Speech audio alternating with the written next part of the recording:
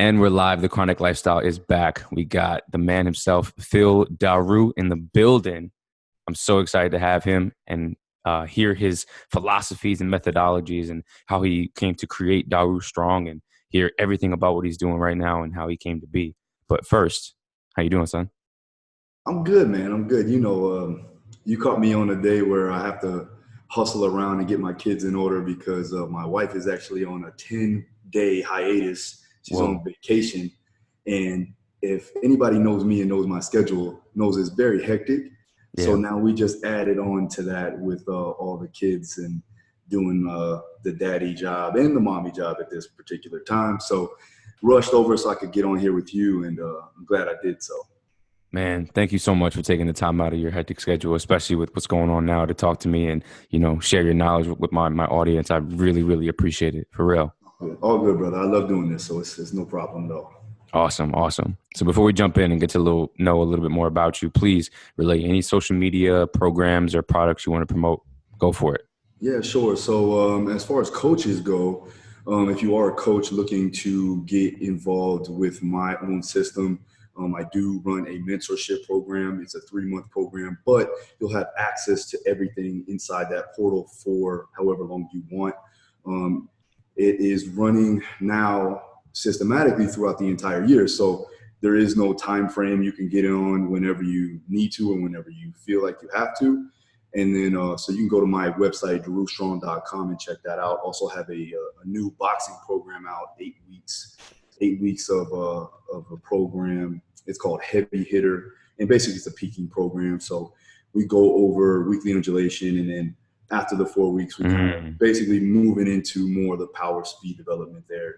And, from a program perspective, I try to make sure we're matching the proper bioenergetic demands of the sport, Right. along with the biomotor abilities of the sport as well. So it's a little bit different than any other, like Fight Ready, Fight Strong, other programs that I have out, and ground control as well. That's more of a BJJ program. So a lot different, but also the same system approach, the same methodologies as far as the way I go about programming and putting things together for fighters and athletes in general.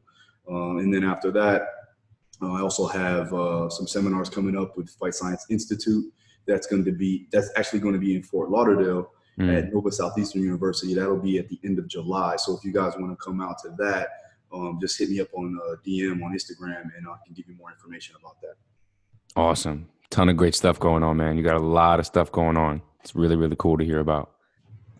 So before we jump into, again, your methodologies and how you train and prepare athletes for sport, I'd like to know a little bit more about you. So where you from? Give us a little origin story of Phil. Okay, we can go back to conception. Okay. But I was born in Hawaii, Maui, Hawaii. My father was in the Navy. So after that, we moved to Fort Lauderdale, Florida. Grew up there all my life pretty much. I started doing Kempo karate as a youngster. Did some Kempo karate, amateur boxing, and then I started playing football at the age of 8. Went all the way up into my college career. So I played football pretty much all my life since 8 years old. So that comes into play later on down the line, and I'll tell you why in a minute. But started playing football, started to get ready for high school football. So that's when I started to lift weights and get stronger and things like that. So that's when I started to really dip into programming and periodization schemes, and started to look into like Louis Simmons and Westside Barbell. And then from there, led me over to the Soviet Union and Verkhoshansky and Mel Sif and all them guys.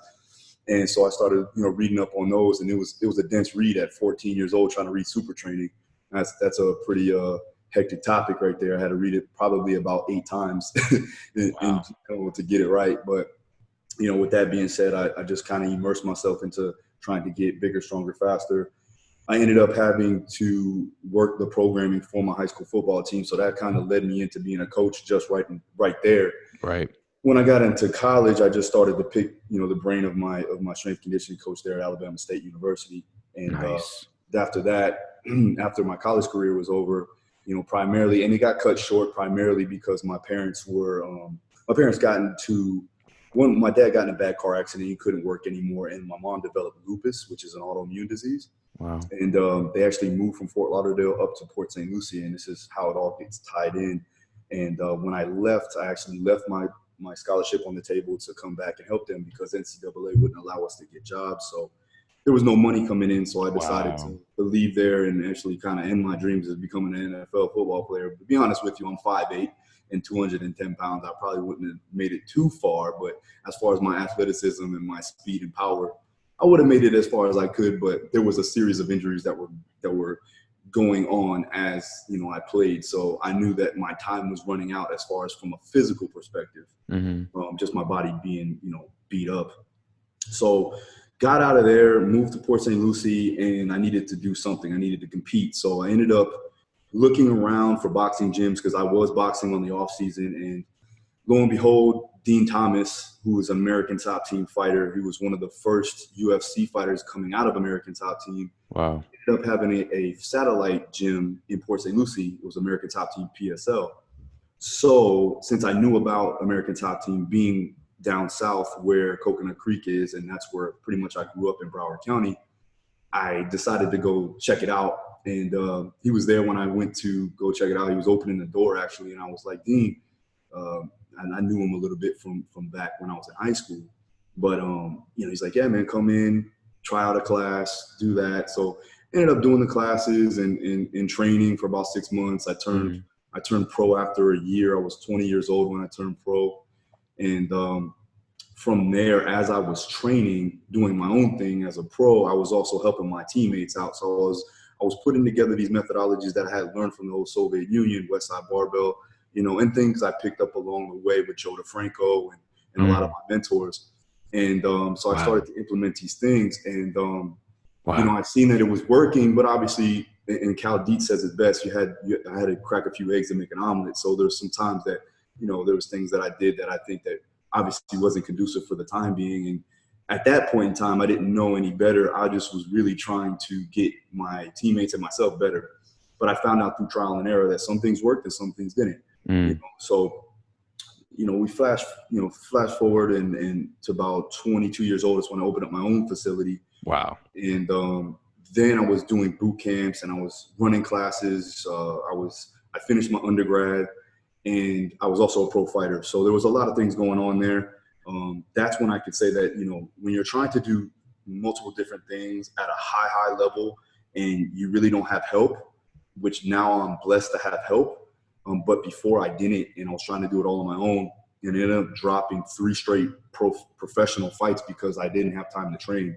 And I was basically going in there, with no game plan, and I would make dumb decisions, and I would be winning the fight ultimately, but make a dumb decision and get caught in an arm bar, get caught in a triangle or something along the lines of that. And, it hindered my professional career. At the same time, I've developed over 8 concussions that I can count through football. And then crazy. Obviously taking, with hard sparring and things like that, these things add up. So 8 concussions. My last, So this went on for a little bit, and now, fast forward to I was 26 years old. My last pro fight did very well. I had everything in place this time. I had help to run the gym as I would be able to train. I grew my 800 square foot facility. So I started with a small little warehouse. It was like, basically it was next to mechanics, and it had like cracks in the ground, leaks in the ceiling. But I had 12 consistent, very dedicated individuals, and one ended up being my wife. And so we took that approach, and I took that mindset, and I took my own style of training, and it ended up catching fire in this small town of Port St. Lucie. So we ended up going from 800 square feet to 1,600 square feet to up to 11,000 square feet within 6 months. So with that being said, I think that, you got to remember too, I don't have a business background. So a lot of this was just kind of me just throwing things together, and my coaching ability and the results that we got and how I was able to help people and converse with people in a way. I was very likable. Hopefully I'm still am a little bit likable, but it helped me grow the gym and helped me grow my name in that small town. But at that same time, I was still trying to fight. And so at 26, I'm training for my last fight and didn't know it was my last fight, but ended up being it.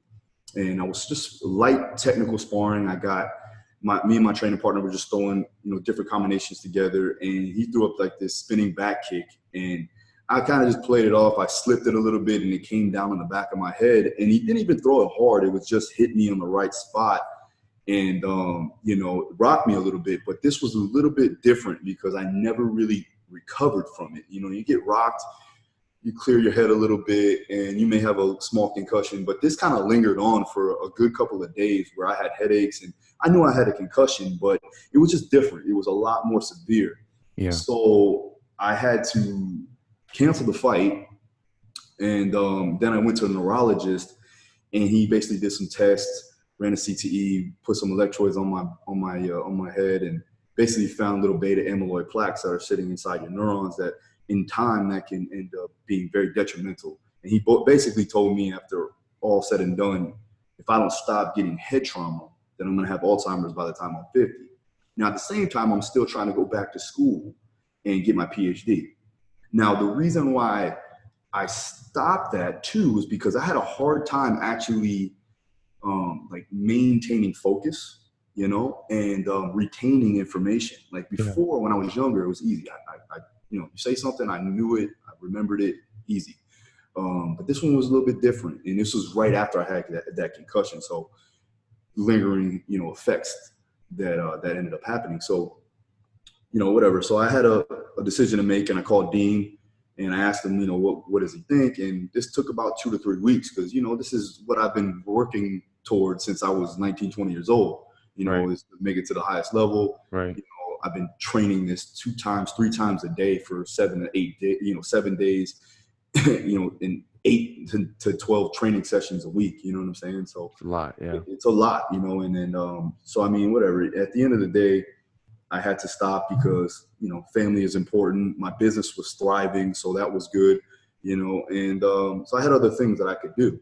At that particular time, Dean Thomas had just shut down his school where I was training at, and he ended up getting a full-time job at American Top Team down in Coconut Creek.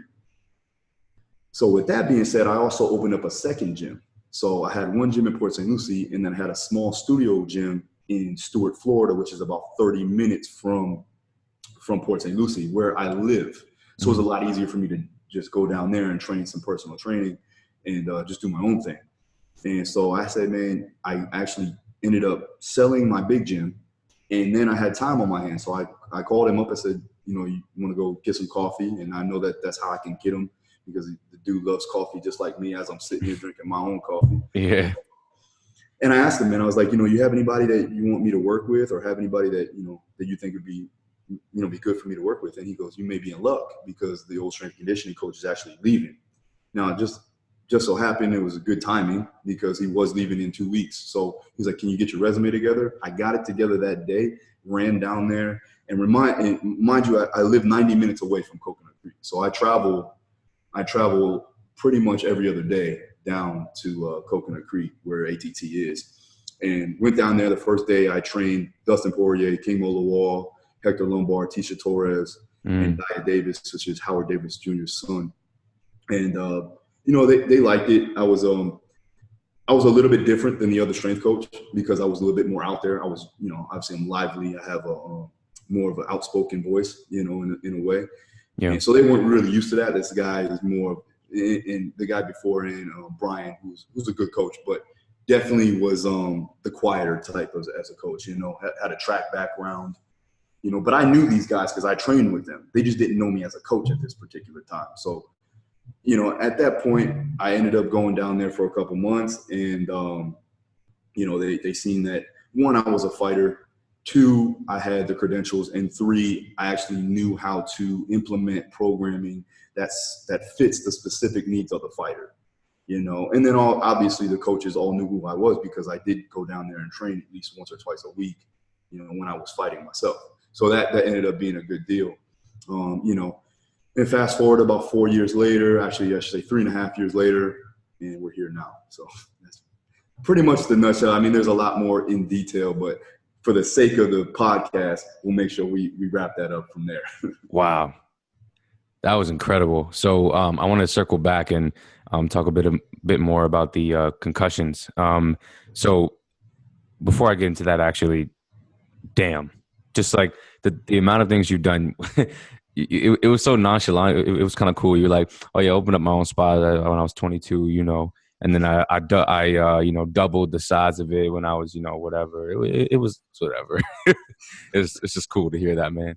Well, Um, at the end of the day, like my expectations are so high, so it's not yeah, really a big deal. Now, along the way, obviously, I've had accolades, with winning awards and things like that. At 22, I actually won the Florida MMA Awards for the Strength and Conditioning Coach of the Year. dope. This year, I actually got second. It's my second year getting nominated for the World MMA Award. So hopefully, if your listeners are there and they want to vote, voting is still going on till the end of this month. So make sure you go out and vote. Dope, dope, dope, dope. You have to send me the link so I can share it. Yeah, I got you. So again, with the 8 concussions, right? What sort of effects did you see in your daily life, in your training, and coordination and awareness with Yeah, the constant hitting? it was definitely like definitely had headaches. You know, sunlight bothered me. Just any type of light, bright light, especially going out in the Florida sun, killed my eyes, killed my head. Um, Short-term memory loss for sure. Wow. With me now, even still, I'm able to still learn and obviously grow and progress and evolve. But I have to take more time out of the day. I also have to do it multiple times. So I Mm, have to read and then reread. It's not as simple, as easy as it was when I was younger, where I right. can just pick things up automatically. And I don't know if that has to do with me just getting old. I'm 30 years old now. Maybe that's it, and also there's a lot more stressful things in my life. You know what I mean? I'm doing a Yeah. lot more, so that could play a big role. Obviously fogginess, and then just like again, just like sometimes with words that I want to say, I can't get out as much as I want to. Hmm. But at the end of the day, I still make it work. And the good thing about it is I developed a system. And the reason why I developed this system was because of the fact that I needed to make sure I was on point. So I always have a schedule, and I have a base schedule, and then I have a schedule to counter that schedule. So like, for instance, like my regular schedule is set, right? But there's always something that's going to happen. It's never going to be like, oh, this is what you're doing, boom, boom, boom. There's always going to be something because I have so much things going on. Mm, With that being said, I always have to make sure that I have a plan B in action. And then when that does happen, I'm not going to totally get out of my routine in that right. perspective.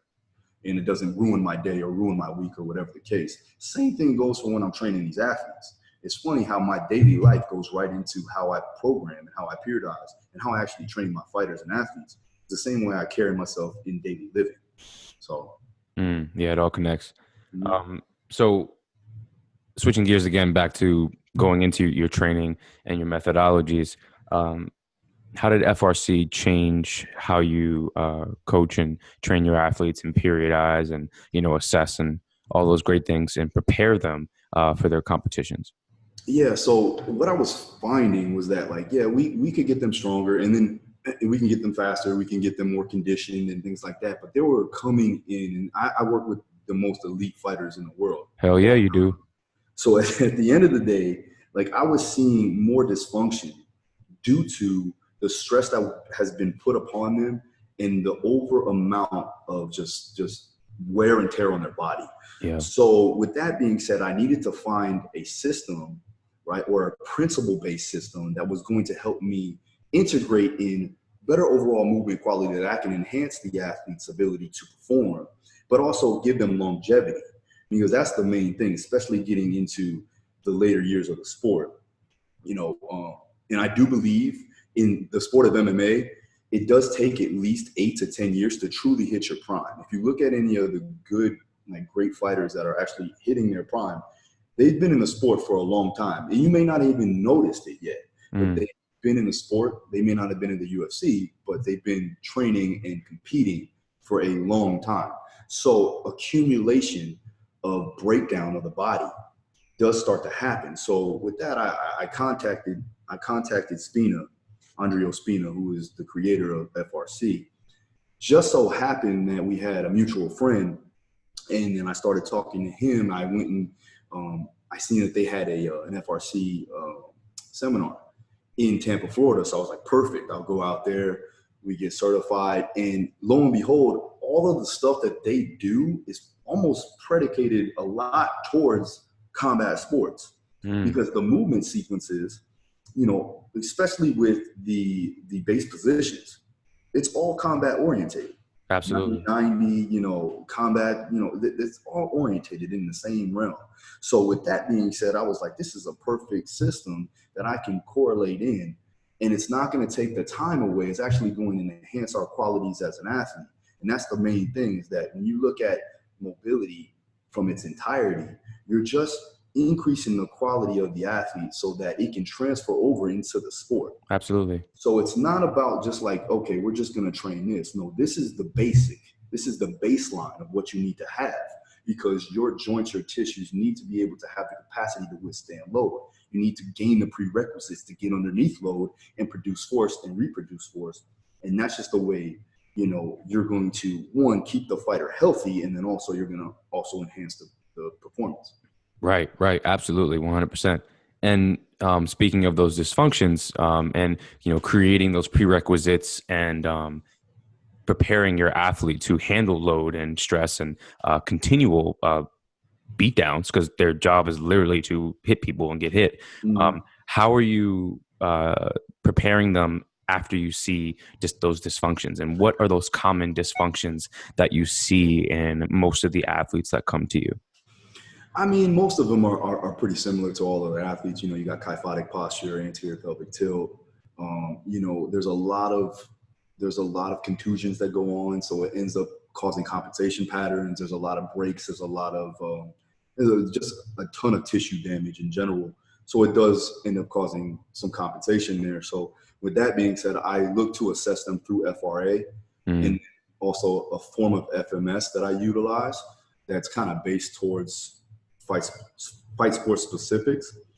And then from there, I can kind of correlate, what we need to do from a programming perspective, and also the corrective exercises. And I make sure, again, this is per circumstance, and you have to know from a biological principle approach, you need to know all things inside that fighter's realm, right? So the circumstances, the situations, the schedule, the background, maturation age, the training age, right? All these things have to come into play. And then also you have to look at their background as a fighter. So a lot of times with wrestlers, they're primarily going to be kyphotic because of the fact that their lats are so tight.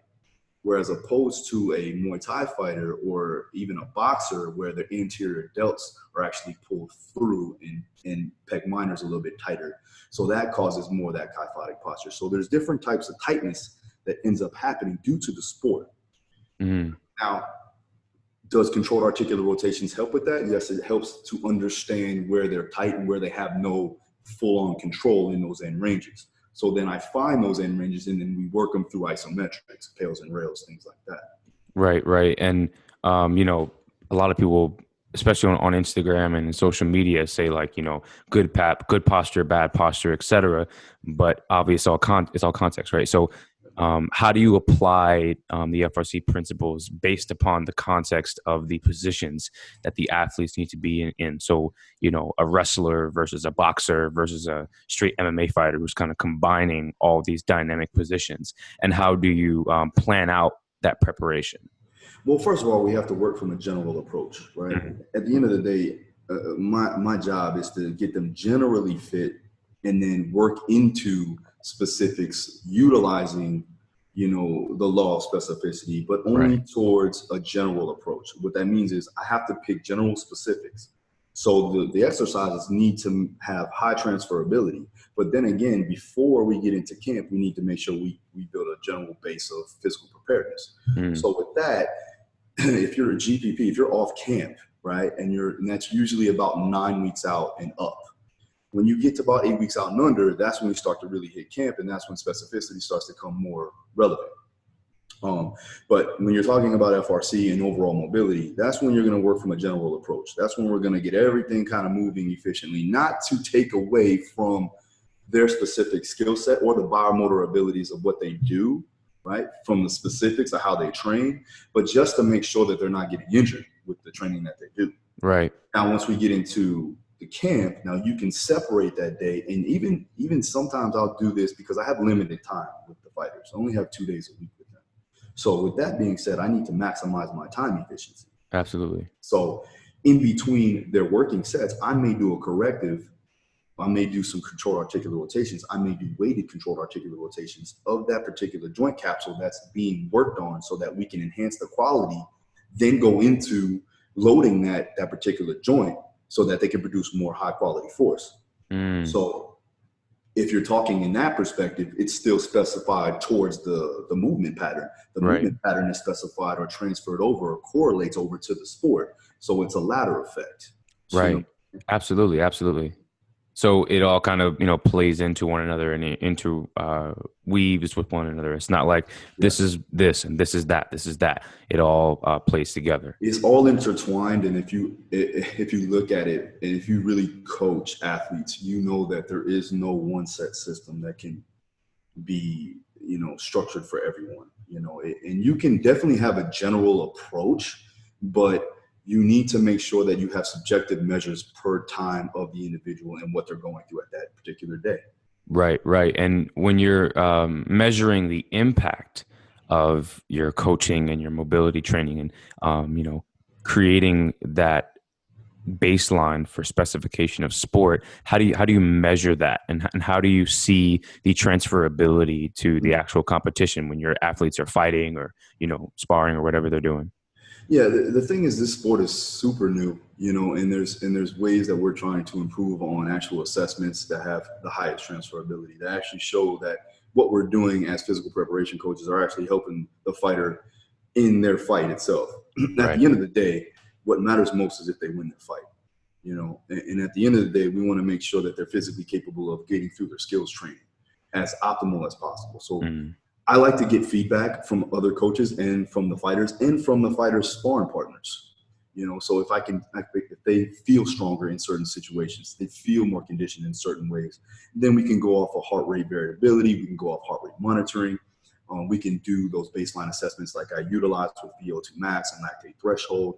We can do that from a physiological perspective. We can also do that from a physical perspective, working on, let's say, explosive power like a jump mat. And then 1 rep maxes. I use a lot of, and we can get into periodization, but primarily these guys are testing themselves every day, whether it be maximal in sparring, sub-maximal in sparring, whether it be maximal in the weight room or sub-maximal in the weight room. We're still trying to make sure that we're getting gains throughout and we're progressing throughout the week. So with that being said, every day is an assessment. Every day we want to see progression in the weight room, but also we want to see how well it transfers over. And we do that through, again, those general means and the specific means of actually seeing how well they do in sparring. Absolutely. And, moving into periodization, since you mentioned it, it's a great segue. How are you preparing your athletes physiologically and anatomically? So, increasing muscle mass, increasing strength, increasing lactate threshold, aerobic capacity, because, when they're in the ring and it's round 3 or round 5, or depending on the sport and the level, and they're dead tired, how are you preparing them to still produce force and still maintain stability of the feet and the hips, et cetera, when they're gassed? So how are you periodizing that training throughout the months, and eventually peaking them for competition? Yeah. So first and foremost, we have to start with the base, right? Louis says it best, a pyramid's only as tall as the width of its base. So at the end of the day, when we start our GPP phase, we're building a solid base of strength and aerobic capacity. So we want to make sure that we're getting that first and foremost. Now, I use a form of triphasic training when they're about 12 weeks out. So we do 2 weeks of eccentric, 2 weeks of isometrics going into my condensed conjugate model. Now, what I use is conjugate, but it's not West Side. West Side is 4 days a week, 2 dynamic, 2 max effort, right? At the end of the day, we are using a form of that because we're constantly varying the max effort lifts, and we're also doing 3-week waves of the dynamic lifts. Now, because I only have 2 days a week with them, it has to be condensed. Now, how do I do that? I work through full body. So we work in quadrants, making sure that we're still getting a dynamic day and we're still getting a max effort day on both upper and lower throughout the weeks. The way I do it, the way I make sure that the organism isn't getting thrown in 2 different directions, is that I make sure that we're doing it in the same time frame. Now, stick with me on this one, because even though we still need to work the aerobic demands, we still need to work the energy demands of the sport. Right. Again, there's mixed bioenergetic demands in MMA. So we have to make sure that we're running it through a concurrent approach because, again, they're training that anyways. So I use a form of Charlie Francis high-low approach where we'll take a day that I know with the schedule, I know that they're going to be doing very high amounts of intensity, whether that be a wrestling session or a sparring session. So I combat that with something lower level, right? Something lower capacity, whether that be tempo runs, LSD, or maybe even escalating density training in a low percentage of 1 rep max, right? About 50%. Now that I kind of took from Cal Dietz off the triphasic training, but also it's something that I've been messing around with myself when it comes down to understanding the schedule and understanding the bioenergetic demands of the skills training. And then that's when you can correlate in the energy system training so that you're not fucking clashing too much. Does that make sense? Absolutely. Absolutely. Right? So when you get into camp, the main thing is to make sure that you are monitoring and managing fatigue. So with that being said, I need to make sure that, everything is systematically put together, but also making sure that we have the constant means to auto-regulate on time. Right. And you can utilize subjective and objective measures to do that. You can use an HRV monitor, measure out heart rate, resting heart rate in the morning, grip strength with a dynamometer. All these things do come into play when you're talking about auto-regulation and understanding fatigue. Then also you need to be a coach. So you need to see your athletes, see how they feel, ask them questions, see how they're moving inside the warm-ups. Are they talking a lot or are they just really quiet, look down, you could tell when an athlete's ready to go. They're right. talking, they're joking, you're jumping around. Obviously, their CNS is ready to fire. So absolutely. If that's the case, then we can go on with our training session that we already had planned, which is a system approach that I put together, the condensed conjugate model.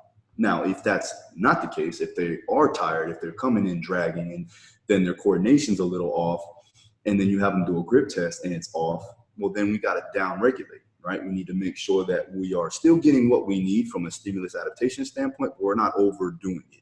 So you bring down volume by about 60%, you bring down intensity by about 15%. Yep. Right? And it may even go even more than that, and we may just have to do mobility work. Low-level FRC mobility work through controlled articular rotations in about 40 to 60% of max effort, But you're still getting a training stimulus. You're just not adding on to fatigue and overall cortisol. Right. Fuck, so, that was great.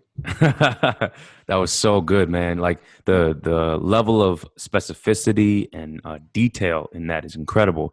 So again, central fatigue, peripheral fatigue, these are all things that you have to manage and actively keep track of.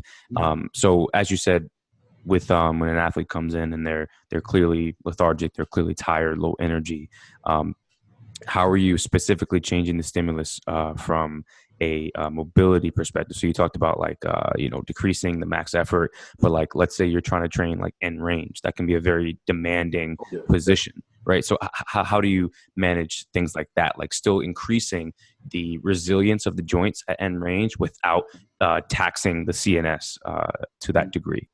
Well, you would bring down the overall intensity of the isometric tension. Right? Mm-hmm. And if you really wanted to increase the tension, then you would just load the end range. Right.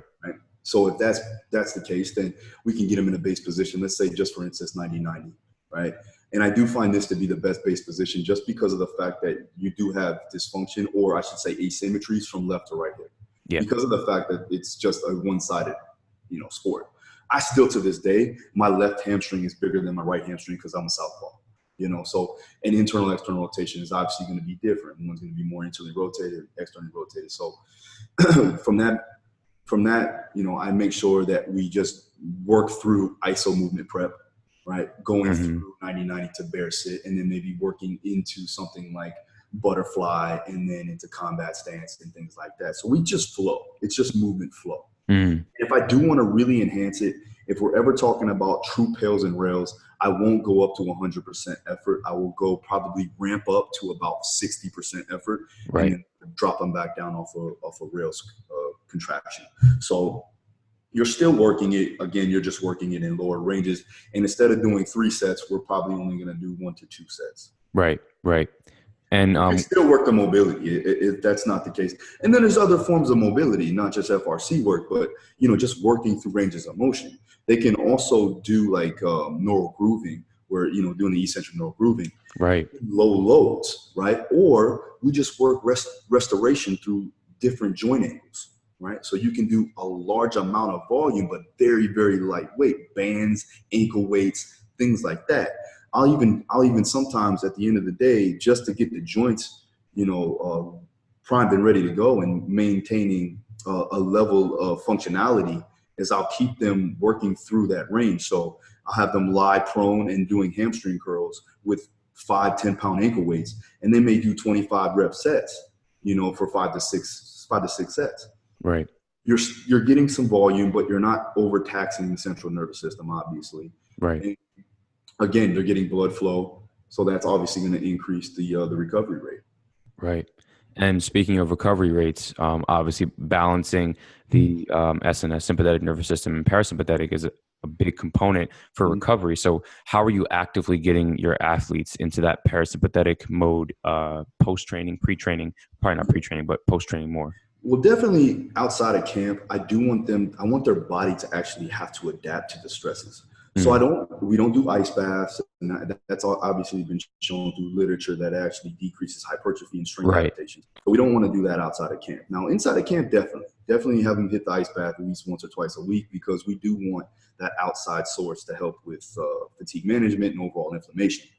Again, when you're talking about bringing them back down to a parasympathetic response, diaphragmatic breathing, 90-90 wall sit, right? So prop their legs up on the wall, 90-90, and have them breathe diaphragmatically for a good 6 to 10 minutes. Yeah. Make sure, if you can, if your gym allows it, obviously I don't, because American Top Team is packed. But you want to close the lights down. You want to shut the lights off, and you want to make sure that there is no sound. So you want to make sure that everything is brought down. Stress is brought down. They're not really thinking. They're kind of clearing their mind, and they're breathing diaphragmatically, helping bring back that parasympathetic response. Right. That's going to help with, obviously, fatigue management. That's going to help them with the other training sessions throughout the day and throughout the weeks. I also like to do sauna sessions. With that being said, I do that off camp. And the reason why I do that is from the hormonal response, but also so that here's the thing. My fighters want to train constantly. Yeah. Right? They always want to do something. So off camp is even worse, because now they know they don't have to spar a lot. They got a lot more time on their hands. So they'll go and do my training session, is what I found. And then I turn my back and they're hitting the bag, or they're going hitting pads, or they're running another 10 miles where, we may be trying to increase hypertrophy and strength endurance, but they're totally switching it, and they're not getting the adequate recovery and fuel they need after the workout. So what I do to combat that is to kind of trick them. And I actually tell them to go hit the sauna. Now, what we're going to do with that is you are going to get a hormonal response. You're going to get a growth hormone response from that. And then also it brings down their body, right? It brings them down a little bit to where they can relax and recover. And then all they want to do is go eat and go take a nap now, because they just hit the sauna. So I kind of trick them there so they don't go run 10 miles after. Clever. Very clever. It is what it is at that point, right? Yeah. And that's primarily like a lot of my Dagestanian guys. And if you guys know, Dagestan, Habib, Magomedov, he's from that region. Yeah. I have 12 of his cousins that train with me. Holy shit. And they all love to train like nonstop. So sometimes you have to throw these little things at them to make sure that it's going to help them in the long run. Yeah. It's hard to tell an athlete do less, right? Like they just want to go. I get it. But at the end of the day, you know what's more important at that particular time is to get that particular stimuli hit, and then you also have to recover. Recovery, it's not what you can do, it's what you can recover from. Right. Wow. That's fucking great. I'm going to steal that. That was really good. So I want to jump into nutrition for a little bit, because obviously nutrition is like 80-90% of the battle. As you said, if your athletes aren't adequately recovering via ample calories, protein, etc., they're not going to recover from the stimuli that you put on them in training, off camp, in camp, doesn't matter. So how do you stress the importance of nutrition throughout your camps and with your athletes? Yeah, I mean, we have a pretty good we have a good team, you know, and I have great fighters that are actually really knowledgeable when it comes to it, because they're at the highest level. So they need to know. And usually they've been working with somebody that understands proper nutrition. Some of them have dietitians. Some of them have weight cut specialists like George Lockhart, Chris Algieri, you know, and Mike Dolce and these guys like that. So, I mean, with that being said, it's always good to make sure that you're correlating the training around the nutrition, right? So Right. I make sure that I have constant communication with those guys, and then also they understand, you know, from a supplementation standpoint and from a fuel perspective, as far as food goes, what they need to put in particular to what they've just trained, whether it be a high glycolytic workout or something like a high CNS response, like a max effort day. You know, so they have to know exactly what they're putting in. And then also from a pre-training perspective, they also need to know what to put in as well. From a dopamine response, we like to make sure that they're getting high quality nuts and fats and then some protein, because we do want them to actually kind of run off of gluconeogenesis before they start to train, because that's going to help with increased body fat reduction. That's going to help us increase the ability to utilize fats for fuel more so. And from a substrate perspective, you know, if we can get them more fat adapted in some ways, now not all the time, and I don't want to go down this rabbit hole, but you know, we want to make sure that they have the ability to use fats just as much as using carbohydrates, because the sport is somewhat aerobic. Right, because it's going to last, right? They don't get ample recovery time to actually get back into that high ATP PC and potentially beginning stages of glycolytic substrate utilization. So that aerobic utilization through fats is definitely important. That's actually really, really interesting. I've never heard that tactic before. I mean, it makes sense, right? Like they need to be able to utilize aerobic substrates, but how do you actually balance that? So we have the pre-workout, the post-workout, and the post-workout. That's how we usually program nutrition in that around the workout and the training session. So how are you utilizing specific nutritional structures to elicit that response from a substrate utilization perspective? Well, again, it goes off of what you're doing in that training. So how high the intensity of the training is. And George Lockhart does this really well. He has his own system and an app that shows the fighters, you know, from an intensity standpoint, what they need to put in post-workout. Now, primarily, you know, obviously when you're talking about sparring and wrestling in general, because it's highly lactic, right? So you're using your muscle a lot and you're repeating bouts of high intensity.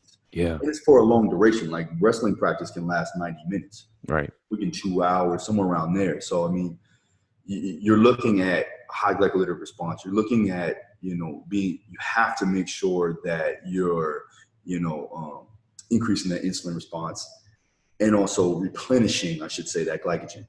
So that's where you're going to put in more carbohydrates. Now, if it was me and like I tell my guys, if you're going to do a wrestling session and it's going to be more than 90 minutes, then you need to have some sort of dextrose inside of your water that you're drinking, along with sodium, along with some form of caffeine, because 40 minutes of caffeine is going to help with the uptake of glycogen inside the muscle tissue. So if I can do that along with, let's say, a Brent cyclic dextrin, it's very micronized, it gets to the body a lot quicker than, let's just say, like like Vitargo or something along the lines of that. I do like Brent cyclic dextrin, or you know, something that's faster acting. Iron Army, Frankie Edgar's company, definitely has something in this called Intra Reserve. Very fucking good. We use that a lot. I mean to curse on here. Can I curse on you? Bro, I've been cursing all day. You're good. Oh, you're right. Okay, so sometimes I gotta ask, man. But yeah, so I mean, I think that's one. And then obviously branched chain amino acids are going to be key. Creatine, we like creatine in low dosages, 2.5 to 5 grams. Can you actually speak about creatine and the impact it has on supplementing that first energy substrate system, the ATP-PC? Like, what is the actual carryover rate? I've had a lot of questions about creatine and the relevance, and you know, someone in your profession who deals with athletes that have to be highly explosive. How is that creatine supplementing that first energy system? Well, in that perspective, like creatine helps increase ATP production. Right? ATP, adenosine triphosphate, the body's natural energy system that helps you produce more high amounts of energy output. So with that being said, if we can increase the absorption rate of that inside of supplementation, not just from what's in your body and what you eat, that's going to increase the firing rate of your energy output. So you need to have repeated bouts of energy. If you look at Dustin Poirier in his last fight against Max, we use creatine not just for the energy absorbed or the energy production, but also for the onset of traumatic brain injury. He utilizes that pre-sparring and then also pre-weightlifting. Wow. We use 2.5 to 5 grams, 2.5 on sparring days, 5 grams for the weight training days. Wow. And studies have shown that it does help the onset of that. So, when you're looking at it from a brain perspective, right, from a neural perspective, a cognitive ability perspective, this is perfect. Then you utilize it for the performance benefits of it. As far as its relevancy, I've seen it. I'm going to say practicality. I've seen it work. Now, does the literature say one thing? The thing about studies is that when you look at a controlled study, you don't know exactly what the mechanisms that they utilize. You're talking about fighters at the highest level, and they're using college students that train maybe twice a week. Different, right? So you have to look at the premise behind the studies. And if it does match what you're going through, if you have 10 fighters all training in the UFC and they utilize creatine, but nothing happened, then okay, that's something that I'll take into account. Right. But it has to match the circumstances that I'm actually going through. But the best way to do it is maybe you should try experimenting with it, and then you do your own data. You put together your own study, and then you'll see if it works. And from the 75 fighters that I have on roster, with about 50 that take creatine, we've seen dramatic increases in overall energy output and then also cognitive ability, because we do have means to do that as well. We have a guy by the name of Nick Davenport. You could see him. He's on Instagram as Mr. Mental Muscle.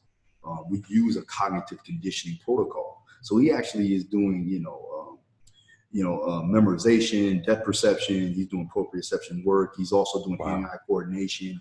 And we'll do that under slight fatigue. If you ever watched any of the Dustin Poirier countdown videos, you can see me and Nick, kind of collaborating on that. The funny thing is Nick used to go to high school with me. He was a high school football teammate of mine.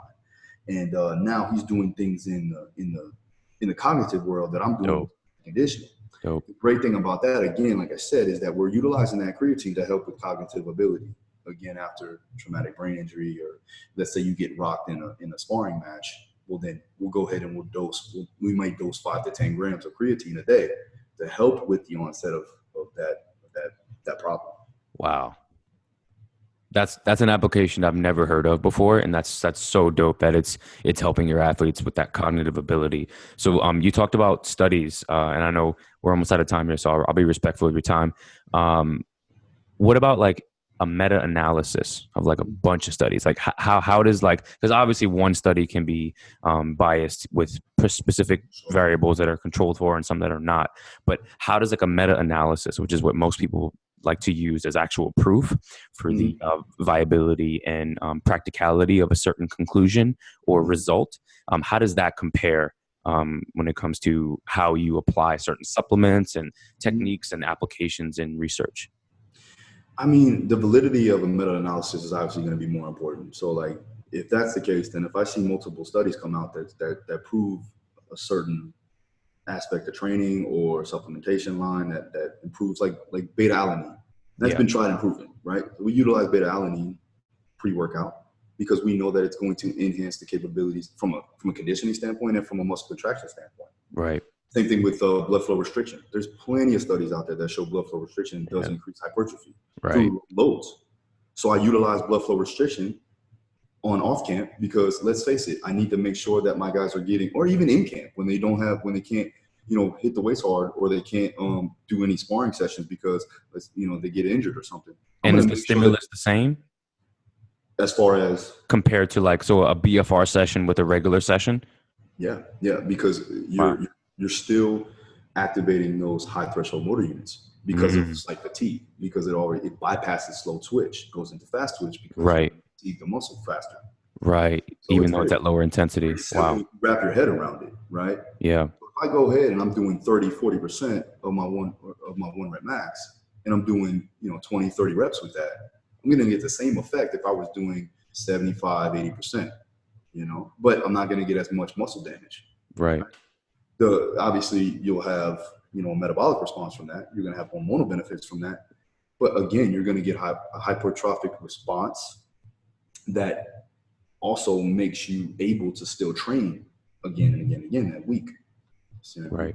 So with that being said, going back to that, I see the validity of it. And honestly, I also have, the great thing about me is that I have guys like Corey Peacock, Tony Ricci, these high level PhD, physiologists that I can actually converse with to see exactly, okay, is this really working? And a lot of the times they'll be like, no, the shit doesn't work. And sometimes they're like, yeah, man, it does work. It does work. I go off of them because I can call them on the phone and be like, what do you think? Because they've done the studies, in the lab and in the weight room, right? Because they are coaches as well. So I'm kind of bridging the gap between practical application and science-based approach. Right. And that's the thing, is that I'm constantly on the floor, right? But it doesn't mean that I can't look into the science and look into the research and put it all together that makes sense for my own circumstances. You just got to know your situation. If you don't know your situation and you try to develop a protocol based off of a meta-analysis or just a study that you've seen, but it totally goes against what you have and what you have available, and it's not going to matter anyways. Right. So remember what you have available, first of all, and what you can do. And then you can look into the literature and see if it combines, and then do your own practical application and study and see if it works. Wow. Well, we have 3 minutes left. I have a shit ton more I want to ask you, but again, I want to be respectful of your time. So I have one last question for you, man.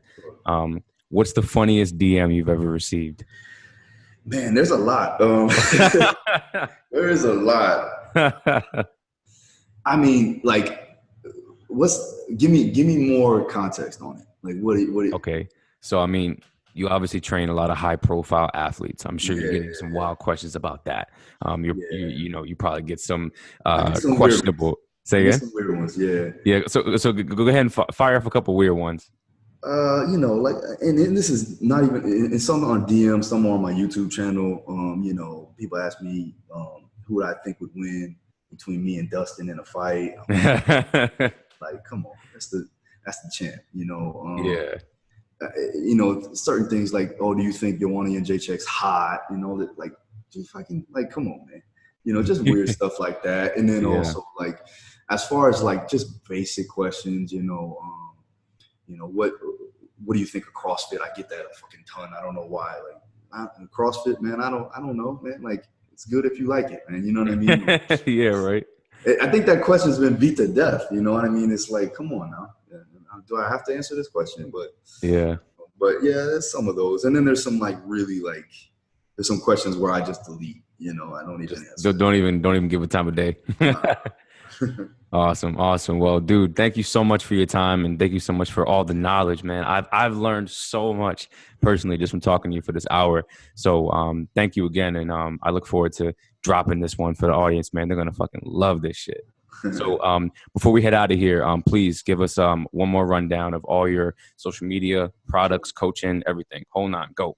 Yeah, cool. So Instagram and Twitter is @Daru Strong. My YouTube channel, pumping out a lot of content on there. You could just search my name, Phil Daru, or Phil Daru Strong on YouTube. And then also look out for my programs. You can check that out on my website, darustrong.com. And also go ahead and vote for the Trainer of the Year award for the World MMA Awards. It's coming in July, and I guess the voting ends this month, so we want to get that in. Yeah, definitely send that link to me after this, and I got to go vote and put it on my story so people can go vote for you, man. For sure, man. Appreciate it. Absolutely. Well, the Chronic Lifestyle is out. Peace.